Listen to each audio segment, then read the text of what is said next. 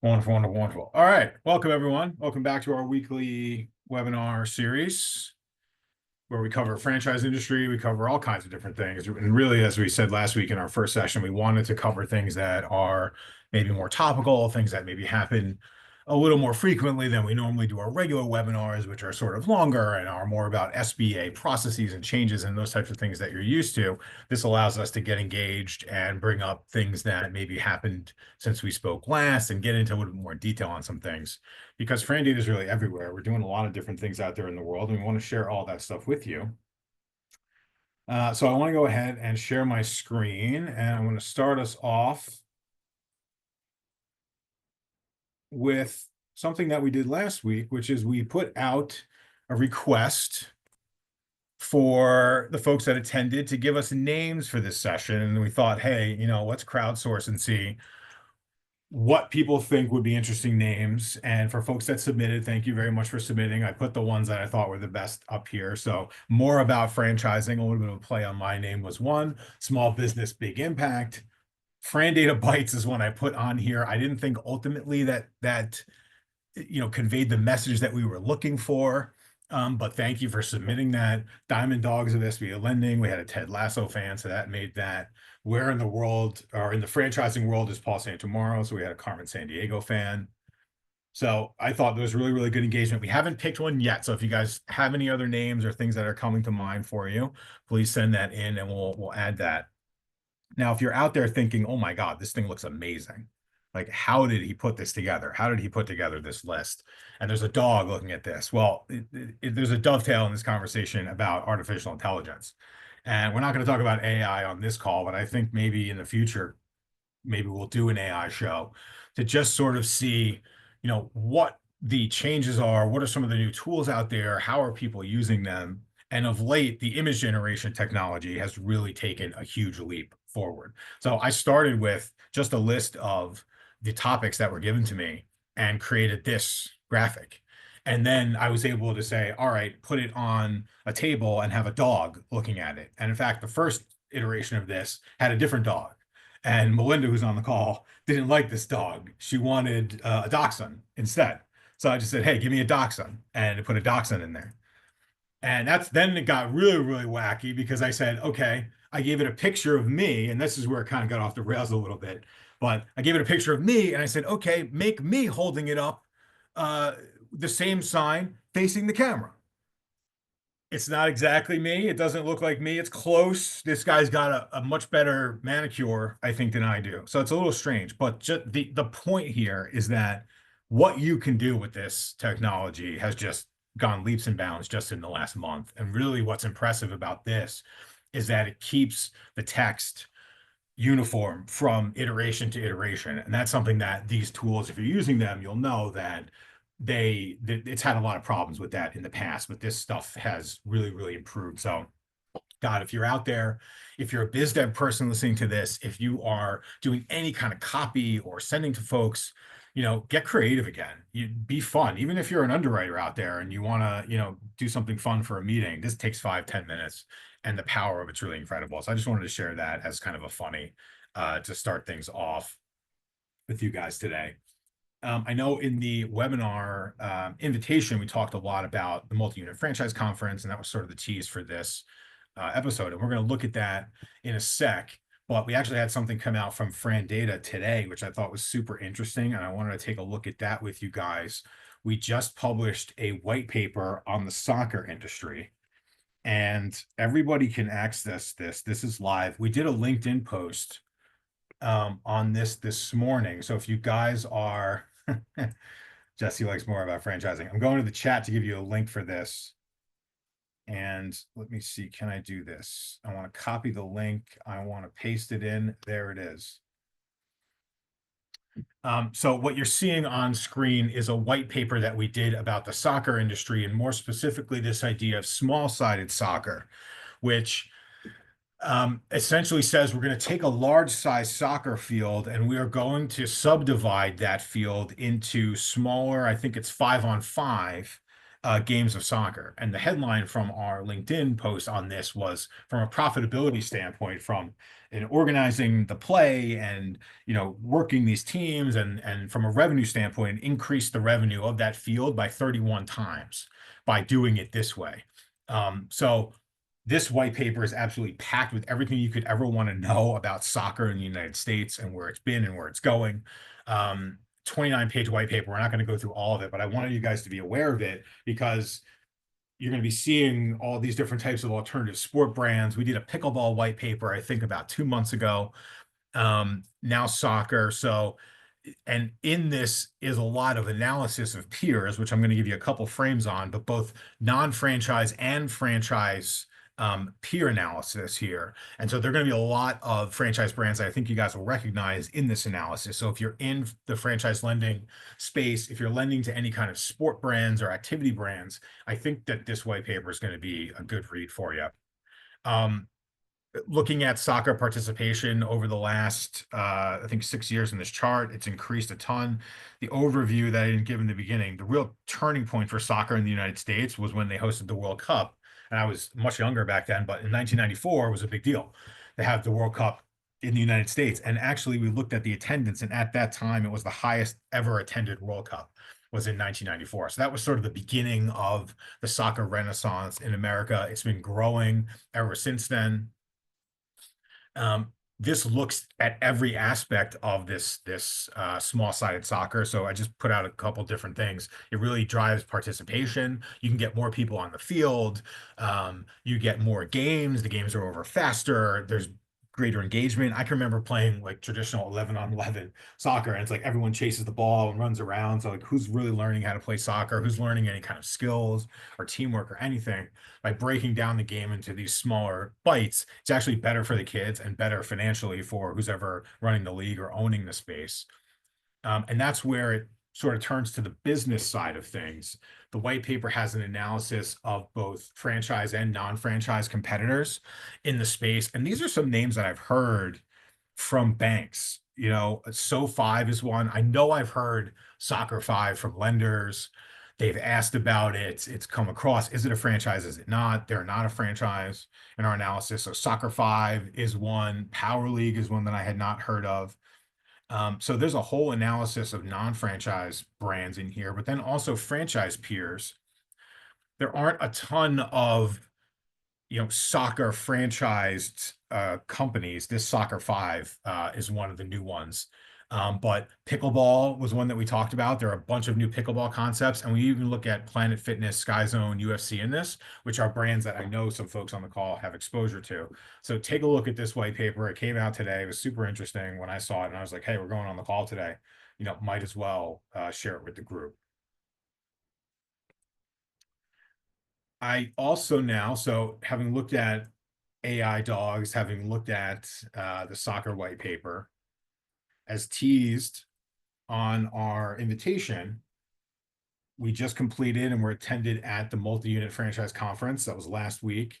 And I gave a little bit of a teaser for this to say, this is one of the big franchise conferences that we see every year. And we talked about franchise leadership and development, and we talked about restaurant finance and development as well, that come a little bit later in the year. But Daryl Johnson, our CEO, gives the keynote address at the multi-unit franchising conference, and has some information from our IFA franchising economic outlook that we gave to the IFA conference in February, but also expands a little bit and talks about the current lending environment. So I wanted to share a couple slides from Daryl's presentation. I put the QR codes from those two core reports that we saw last week. I put them up again this week. There are some frames in here that come out of the economic outlook report, but if you want to look at the entire report, and then we're going to talk about a recent visit to a franchise brand called Clothesbin in another slide deck, which I'm going to show after this. And there's some information out of that from the franchisor survey. So if you're looking through this and you're saying, oh my God, this is great information, I got to get it. The economic outlook is what we're looking at with MUFC, and then the franchisor survey is what we're going to take a look at the end when we look at the presentation to Clothesbin. So let's go through and just look at these, because I think there's definitely a couple of interesting slides as I get my my presenter view straight here. Typically, this address talks about, sets the table with looking at what's happening in the overall economy. I'm skipping that and just setting the table to say, hey, interest rates are here and they've been there. Here's what's happening overall in the economy, franchising and non-franchise, and then really dives into the franchise side of things, which we're going to look at these slides. As a whole, we do expect franchising to grow in 2025. Franchising tends to outpace the growth in the regular economy and non-franchise sectors of the economy. So we continue to see growth in both units, jobs, and total output, which for us is a top line revenue number. 4.4% in total output, where I think the rest of the economy is scheduled to grow a little bit lower than that, maybe 2.2%. So franchising continues to be strong based upon what we feel is going to be coming in 2025. Regionally, though, so I know a lot of our lenders are looking at different lending footprints. The Southeast, if we look at the entire United States, the Southeast region is going to be franchising's largest growing market, and we expect that to grow by about 4.2% in 2025. Those are total establishments. And the top fastest growing states based on those, the top three are Georgia, North Carolina, and Virginia. And so those top states are expected to contribute a very, very large number of those units and additional jobs that we're going to see in the United States. So franchising really has a big impact into what we expect to see in small business growth. Personal services and retail food product services are going to we expect that to outpace other sectors. This is something that we saw really kick off in the pandemic in 2020 and 2021. Lots of information that's packed into this presentation. I'm not going to spend too much time on any one particular slide. Where are we seeing new brands grow? What sectors and industries in franchising are growing at the highest rate? We're seeing from 2023 to 2025, fast food is at the top, health general, fitness centers. So we just looked at the soccer white paper. Fitness is definitely growing. And actually a great teaser for next week, which I forgot to do at the top of the show, coffee and tea. Next week, we're going to do a coffee space analysis. And we're going to look at lots of different factors, what's happening in the space, trends in growth, who are the new brands. We're going to look at some fund scores.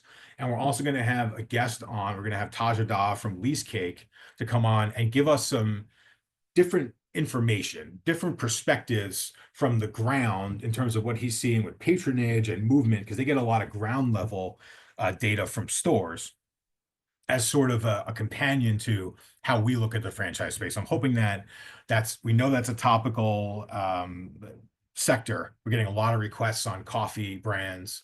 This is obviously showing it, and hopefully the folks from Lease Cake will give us a little bit more information. And I think we talked about last week, among the many things that they do a lease analysis score so that your borrower or your franchisee can come to the table with a landlord armed with more information. What are industry standards? What is the average per square foot I'm going to pay? Those types of things. So really interesting stuff. We'll look at that next week with the coffee and tea analysis.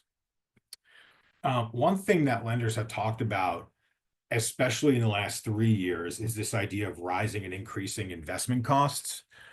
And we're starting to see a turning on that, right? Where just inflation and cost of labor and cost of materials and different things had ballooned out the cost of these units, such that really what was in the disclosures wasn't meeting with what lenders were seeing when they would actually do a deal in the field. The industry has started to get their hands around that, and really they've been sort of right-sizing the box is something that is a term that was used at IFA to look at what are we doing in our franchise box, in our square footage for our unit. Are there any places we can cut? Can we improve? Can we get more efficient to get a handle on these investment costs? So we're starting to see the average investment costs for starting units in brands start to come down, as well as the average square footage. And this is really where the bigger impact can be seen in the numbers. The previous frame there was a 2.5% average decline, which I know for some bankers are like, what are you talking about? These numbers have been flying up for the last 3 years. It's starting to crest and level off, if not come back. But you're seeing the average square footage of these new units and new concepts come down a lot. So that's down 30% overall. I think that's more reflective ultimately of this effort of franchisors to, again, right-size their box to respond to all those factors, the inflation, rising building costs, because their franchisees and lenders have been saying that these investment costs aren't in line with what you're putting in your FDDs. So I know they've been working on that. These numbers are bearing that out and showing us that there's progress being made. On the labor side, I do have a couple of slides that tease the labor study. What the labor study does for franchising is polls and surveys franchisor and franchisee executives, but mainly franchisor executives. So we have two pieces of information in here. The franchisor survey, franchisors only. The franchisee, that's a separate survey that we do annually later in the year. So this is the 2024 number on franchisees. But labor remains the top concern. We're asking them, what are your biggest concerns? What are the biggest headwinds for your business? Quality and availability of labor remains the top concern across the board.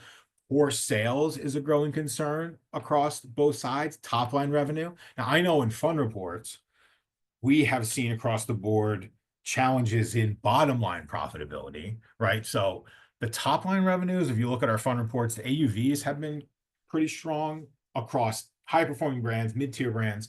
But I've seen, and we have seen, lower unit economics, meaning the bottom line profitability, across even strong brands. So brands that might have a 750 fund score or have a higher score. When you go and you look at 24 fund report versus 23, even in those top performing brands, you're seeing some weakness in unit economics. So I know that we've seen that. Inflation is still a concern for these folks, and that's across all aspects of their business. So we're obviously paying attention to that. And then we put a couple of slides up around the lending environment, and there were two slides on here I know were important to this group that I wanted to make sure that we showed. Just looking at interest rates and where they are respective to the past, most of the folks on here that are doing SBA loans, we're going to be at prime plus 275. So it has gotten easier for our borrowers. If we look at where prime is for an SBA loan, our loan rate is going to be off of this chart here in the end of 22 through 23. Rates have come down a little bit. Now, have they come down as much as people maybe wanted or expected? No. And here we're saying Federal Reserve is signaling 2 rate cuts are expected this year. I'm more on the 1 cut camp, but it's come down enough to where the rates are at least palatable, I think, for SBA borrowers, where you're getting those SBA rates that were above 10%. I think that was maybe a little bit tougher to swallow. So I think we're in a better position overall with where we are with interest rates and where we think it might go in the future. With respect to the SBA portfolio, though, we put a finer point on some of the things that we talked about last week. We were saying, hey, we had heard in the conference that the numbers on delinquency and SBA loans are going up. This is putting a finer point on it. The delinquency rate for all business loans, so this is all business loans, all commercial banks, irrespective of SBA or franchising, has risen to 1.28%. That is approaching where we were in 2020. It's definitely a high over the last 3 years. And then the other thing that we talked about on the SBA default side was this idea that the default rate has risen, the 12-month default rate, and that certainly has. It's been 109%. So these are the specific numbers. The delinquency rate on SBA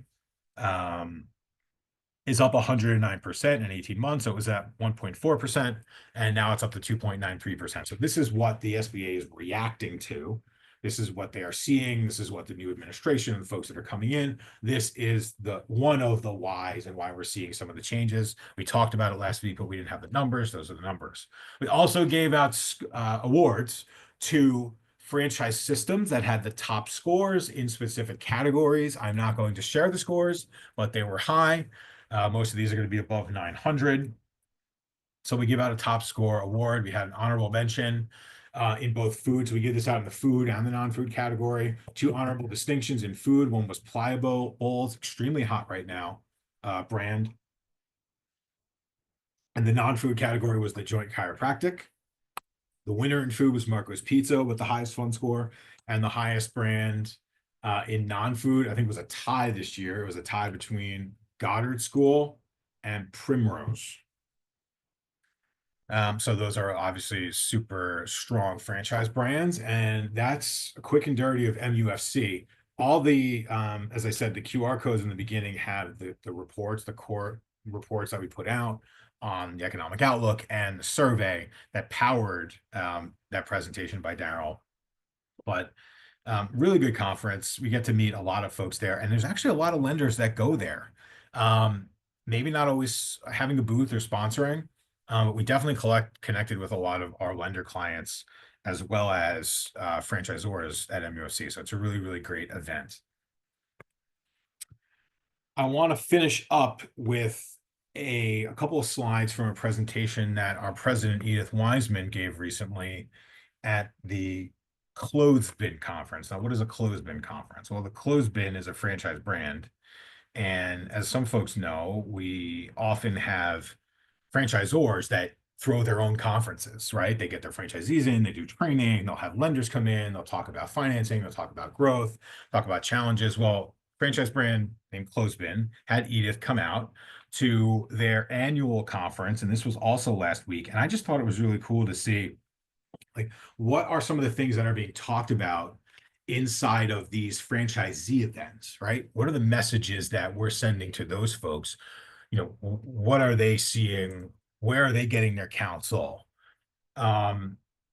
So we talked about, obviously, the franchisor survey. So some of the same things that when we're getting information from franchisors or from lenders or maybe from franchisees, are those really being translated to the folks on the ground, the folks that are coming in getting financing from you guys? So we shared with them and sort of kept common counsel and say, okay, well, here's what we're hearing and seeing, what the world is telling us our concerns are. Do you have those same concerns? And Edith spent a lot of time with their franchisees throughout this week, having conversations about what really concerned them and did they really fit what we were seeing throughout the rest of the economy, and also sort of letting them know that they're not alone, right? And you can really sort of understand and think about how a business person or business owner might get lost in their own business, just having their head down and making sure everything worked. And they're having trouble here and they're having trouble there, but being able to come together and see that, wait a minute, there are other business owners that are having these same issues,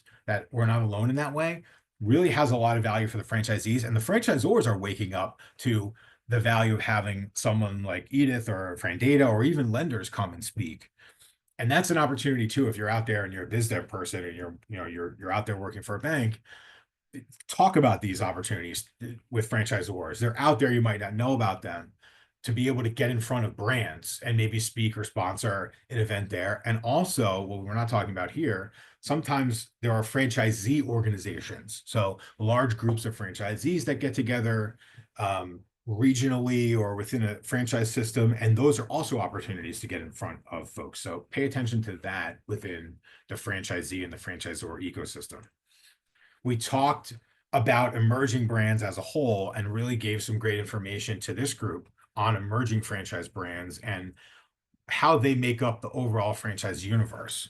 So for us at Fran Data, a brand is emerging if they have less than 50 franchise units in the United States and less than 5 years worth of FDDs filed. Now, the FTC franchise rule tells us that if you are actively offering and selling new franchise units, you have to file an FDD at least once a year with the Federal Trade Commission, right? So if they have at least 5 years worth of operation and selling units, they're going to have 5 years worth of FDD. So that 5 years, 50 units is our threshold for emerging versus mature. Now that plays a role for us because we'll only do a fund report and score on a mature brand. We do reports on emerging brands, they're called pre-fund reports. But generally speaking, we like to see a certain amount of seasoning in these units and in the system before we rank them against our fund scoring model. But if you look at the total universe of franchised brands today, to ask how many of them have 50 or more units, if we add this all up, 14 and 9 is 23, call it 5. So you're talking like 28% of the franchise brand universe today are mature brands. The other 75% are emerging brands, and a lot of them you haven't even heard of. And so in other sessions when we're talking about underwriting, which we're not talking about today, but I stop with lenders to say, make sure that you know how to handle emerging brands and you know what they're looking for, because they're looking to grow into that 50 to 100 unit mature brand, and there are many, many more emerging brands out there that you could stub your toe on than more mature brands that have more seasoning and more information. So that's just a part of playing in the franchise space, but you don't always think about it. Those mature brands that you know are only really about a quarter of the entire universe. And Edith also talked about, gave a really great slide on top emerging brands of the last 3 years, because there has been of late a lot of brands that are growing very, very quickly, and that is sort of counter to the norm of what we would expect with emerging brands. We normally see with an emerging brand is slow incremental growth. So you're seeing 1 to 3 units in the first year, 5 to 7 in year two, escalating to 10 to 15. So by that fifth year, you're right about at 50 units. Of late, there have been a lot of brands that have grown really, really quickly. One of them isn't on here. It's called Crumble Cookies, which they're in that 50-year of franchising. So they didn't make this chart because they just became mature. But if you did this last year, they would have been on here. And some of these names I recognize. Top Rail Fence is one I recognize. LD Mental Health is one I recognize that we just did a fun report on. Seven Brew is another one that's growing really quickly. And there are stories behind these. So I know that Seven Brew is growing very quickly through multi-unit ownership with existing franchisees of other franchise brands. I believe one of those is Orange Theory Fitness. And those are really strong operators and owners. So we know why they're growing very quickly, and there's some strong folks behind that. Other of these brands I haven't heard of. Humbug Holiday Lighting, who's our franchisor. Mosquito Hunters LLC, that's another newer up and coming franchise brand. So some of this stuff you can see some linkages together, but this I thought was a really interesting just snapshot of what emerging brands have been doing in the last couple of years, who are the highest performers there. And we're going to send out the slide deck. We're going to send out that kind of stuff after the call. So if that's something that you're interested in looking at, you can take a peek at that. And then we also educated them on the small dollar loan program and just sort of, level set on what the SBA program can do for them. So we talked about what they need to prepare and their personal credit, understand their business credit, their SBSS score, what goes into an SBA loan. There are 10-year terms, there's prepayment penalties. What do you have to actually bring to the table? What is a fund score relative range where a bank might look at you or not? So this is just more general education around the SBA program, what lenders may expect from them. And we find really helpful just to kind of get these folks to be knowledgeable about their lending options, because a lot of these franchisees really don't know what they have available to them. We talked about the small dollar loan program, Score and Go, which is something that is changing. And I think we did give them the more recent information that number is, they're lowering the threshold for Score and Go. But again, this is stuff that they don't always know about. So these are the types of things that we educate them on. And we also educate them on their fund score. So where does Closed-Bin fit in the universe? They're in that sort of second tier there from 650 to 750 score. And we gave them some thumbnails about their revenue to initial investment and their profitability margin versus their peers. And these are numbers and things that we pull out from their disclosures and in their fund report and direct work that we have done with them. The final thing I want to leave you guys with from that presentation was a look at franchisees and what they look like today and how they are changing. They're becoming more dynamic. So we just spotlighted a particular franchisee here who is in lots of different businesses. He's a franchisor. He owns 36 retail stores across 7 states. He's an author. He's got a bunch of different books. He's a franchisee in Plato's Closet. He owns 3 locations there. He owns 40 locations in European Wax Center. He owns 2 locations in My Salon Suites. So we're able to look and say that these franchisees are not just single business owners that own one business and maybe even own 10 or 15 of these. These are multidisciplinary folks that are in lots of different businesses and lots of different disciplines to sort of create their business persona. And if you're sitting out there and you're wondering, how do we have this information? Like, this is great information. How do you know this about Nick Lehos? Well, Frandata, we have fantastic information on multi-unit franchisee ownership, who they are, where they come from, where their businesses are, what their interests are. And we can help you target high-value multi-unit franchisees through a product line that we call multi-unit playbooks. meaning how do we target the highest value folks we can get, the folks that own multiple businesses, understand their linkages, and actually connect with them and their decision makers. Major benefit to banks, to suppliers, franchisors that are recruiting, really anyone that wants to touch high value folks in the franchise space. Take a look at our multi-unit playbooks, ask us about that, because that really powers even what you're seeing here on the screen. It's really great stuff.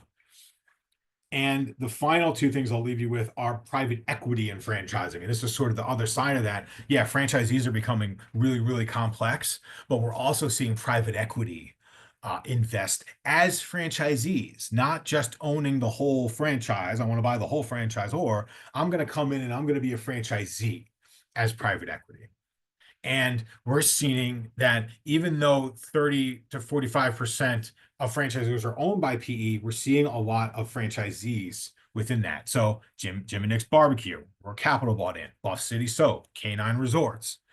And so what are the types of things that a private equity owner would look at to become an M&A target for being a franchisee? So what are the types of things that a PE firm is going to look at to identify that I want to get into the system, and then more specifically, I want to purchase this swath of territory. I want to buy in from a franchisee that's selling, right? So they're looking at the franchise business and affiliates trailing 12 months of gross sales, that it exceeds the system-wide average. They're looking for a group of units that exceeds the average net promoter score across the system. They're looking for, on a pro forma basis, acquiring additional franchise businesses that would be more than 10 or 15% of the system-wide gross sales. So they're looking for excellence within the system. They're looking for size and leverage within that system as well. And we're only going to see more and more of this. Now, there's a lot more in here, and each one of these topics that I looked at, we could have dived into with its own webinar. But I thought these slides were really interesting, and that's something that lenders are going to see a lot more of, is private equity becoming franchisees, and that franchisors are having to deal with more and more, and are concerned really about the imbalance that might be present there between the franchisor being a smaller entity and this private equity that is much larger and more powerful now within their system as franchisees. So I know that's a major concern for a lot of different franchise brands. All right. That is everything that I had on my agenda today. I want to just check and see if we have any specific questions. I don't think so. Yeah. No questions in the chat, which is great. I've got the link there. You've got the link to the small-sided soccer white paper. We've looked at the economic outlook and the franchisor survey, so you have QR codes for that. And I got a ton of great emails and questions and all kinds of stuff after last week's session. So feel free to do that too. If you need anything, if this topic was interesting or there's something else that you want to talk about, just go ahead and email me or give me a call, shoot me a note, whatever you need. And I'm happy to follow up. You guys have a wonderful day, and we'll see you next week.